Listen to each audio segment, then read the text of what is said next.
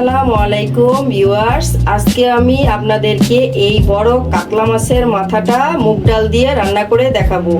অবশ্যই রান্নাটি দেখার জন্য আমার পাশে থাকবেন এবং দেখতে থাকুন আমি কিভাবে রান্নাটা করছি। এখানে আমি মাথাটা রান্নার জন্য 250 গ্রাম পরিমাণ মুগ ডাল নিয়েছি। মুগ ডালটি আমি হালকা একটু ভেজে নিয়েছি, হালকা একটু, যাতে কালারটা একটু লালচে হলেই মুগ ডালটা আপনারা নামিয়ে ফেলবেন। তারপর ভালো করে ধুয়ে এটা পরিষ্কার করে নিতে হবে। এখানে আমি 1 কাপ পরিমাপ পেঁয়াজ কুচি নিয়েছি।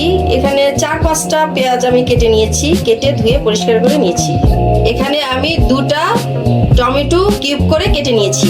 2 টেবিল চামচ আদা রসুন বাটা, 1 চা চামচ জিরার গুঁড়া, 1 চা চামচ ধনিয়ার গুঁড়া, 1 চা চামচ হলুদের গুঁড়া, 2 টেবিল চামচ মরিচের গুঁড়া, পরিমাণ মতো লবণ, 4-5টা কাঁচামরিচ আমি এখানে ফালি করে নিয়েছি, 5-6 পিস তেজপাতা, 1টা দারচিনি আর 2টা এলাচি নিয়েছি। কিছু ধনিয়া পাতা এখানে আমি কুচি করে নিয়েছি। কাতলা মাছের মাথাটা আমি সুন্দর করে কেটে বেছে ধুয়ে পরিষ্কার করে নিয়েছি।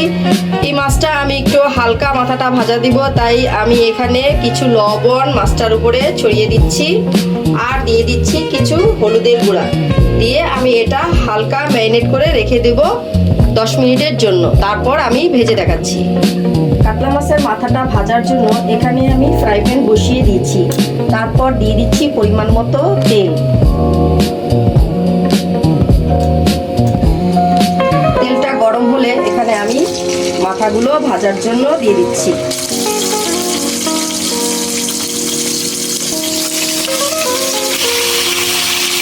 এখন মাথাগুলো আমি সুন্দর করে ভেজে নিচ্ছি। রান্নার জন্য আমি চুলায় কড়াই বসিয়ে দিয়েছি। প্যানটা আমার গরম হয়ে গেছে। এখন আমি পরিমাণ মতো তেল ঢেলে দিচ্ছি। এখন দিয়ে দিচ্ছি পেঁয়াজ কুচি। পেঁয়াজের কুচিগুলো দিয়ে আমি হালকা ভেজে নিচ্ছি। পেঁয়াজটা আমার হালকা বাদামি হয়ে এসছে। এখন আমি দিয়ে দিচ্ছি আদা রসুন বাটা। আদা রসুন বাটাটা একটু তেলের সাথে ভেজে নেব 5 মিনিটের মতো। আদা রসুন বাটার পরে দিয়ে দিব আস্ত মশলাগুলো, দিয়ে নেড়েচেড়ে কিছুক্ষণ ভেজে নেব। আদা রসুন বাটাগুলো আমার প্রায় ভাজা হয়ে গেছে। এখন আমি একটু হালকা পানি দিয়ে দিচ্ছি শুকনা মশলা উপকরণগুলো দেওয়ার জন্য। দিয়ে দিচ্ছি মরিচের গুঁড়া, দিয়ে দিচ্ছি হলুদের গুঁড়া, দিয়ে দিচ্ছি জিরার গুঁড়া, ধনিয়ার গুঁড়া দিয়ে ভালো করে নেড়ে চেড়ে কষিয়ে নিব 5 মিনিট। মশলাটা আমার প্রায় কষে এসছে। এখন দিয়ে দিব পরিমাণ মতো লবণ। লবণ দিয়ে হালকা নেড়ে চেড়ে দিয়ে দিব কিউব করে রাখা টমেটো। এখন আরও কিছুক্ষণ নেড়ে চেড়ে মশলাটা কষিয়ে নিচ্ছি। মশলাটা কষালে খাবারের স্বাদ একটু বেশি হয়, তাই ভালো মতন মনোযোগ সহকারে রান্নার সময় মশলাটা কষিয়ে নিতে হবে। মশলাটা কিছুক্ষণ আমি কষিয়ে নিয়েছি। এখন দিয়ে দিচ্ছি ধুয়ে রাখা ডাল। ডালগুলো দিয়ে আমি নেড়ে চেড়ে আরও কিছুক্ষণ কষিয়ে নেব। ডালটা আমার কিছুক্ষণ কষানো হয়ে গেলে এখন আমি এখানে পানি দিয়ে দিব।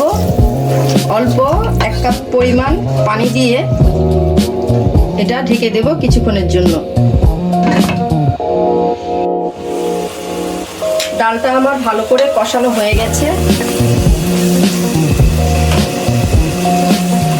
নেড়ে চেড়ে আমি এখন ভেজে রাখা মাছগুলোকে দিয়ে দিচ্ছি।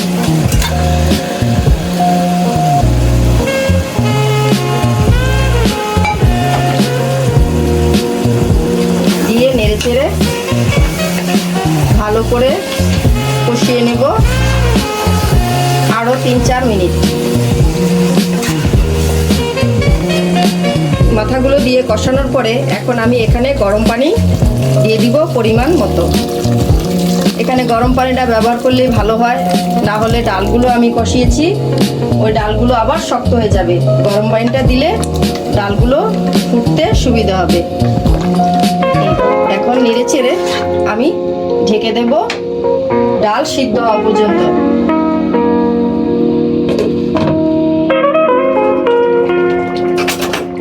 ডালটা আমার প্রায় সিদ্ধ এসছে, এই যে দেখুন এখানে প্রায় ডাল সিদ্ধ হয়ে গেছে। এই অবস্থায় আমি কেটে রাখা কাঁচামরিচগুলো দিয়ে দিচ্ছি।